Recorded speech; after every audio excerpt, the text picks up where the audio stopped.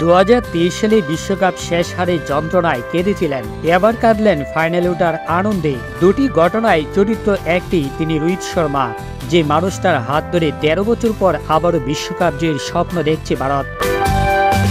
সেবারই কান্না হতাশার, লজ্জার আর যন্ত্রণার, আর এবারের কান্না অর্জনের সাথে শঙ্কারও। আরেকটি ফাইনাল থেকে ব্যর্থ হতে নিশ্চয়ই চাইবেন না রোহিত শর্মা। গায়নার মাঠে ইংল্যান্ডকে হারানোর পরে তখন একে একে ভারতীয় ক্রিকেটাররা সাতঘরে ঢুকছেন। হঠাৎ সাতঘরের বাইরে থাকা একটা চেয়ারে বসে পড়লেন রোহিত শর্মা। তার চোখে তখন পানি, আনন্দের অশ্রু দ্বারা। বাহাত তুলে চোখ ডাকলেন, কয়েক সেকেন্ড পরে হাত নামালেন, তাকিয়ে থাকলেন সামনের দিকে। দেখে বোঝা যাচ্ছিল ফাইনালে উঠে, বিশেষ করে ইংল্যান্ডকে হারিয়ে ফাইনালে উঠে কতটা আবেগপ্রবণ হয়ে পড়েছেন তিনি। অধিনায়ক হিসেবে 226 দিন পরে ভারতকে আবারও একটি ফাইনালে তুলেছেন রোহিত শর্মা। এই ম্যাচেও খেলেছেন 57 রানের অনবদ্য এক ইনিংস। ম্যাচ শেষে রোহিত শর্মা বলেন, আমরা দল হিসেবে খুব পরিশ্রম করেছি, এই জয়ে সবার অবদান রয়েছে।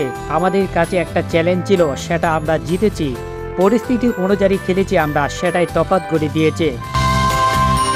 সাদা বলে ক্রিকেটে টানা 2 ফাইনালে উঠল ভারত। দুবারই সবচেয়ে বড় ফেভারিট ভারত।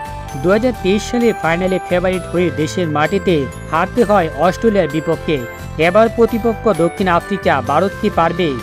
উত্তর জানতে সময়ের অপেক্ষা করার বিকল্প নেই। এর আগে চাইলে রোহিতের চোখের জলে জয়ের রসদ খুঁজতেই পারে ভারত।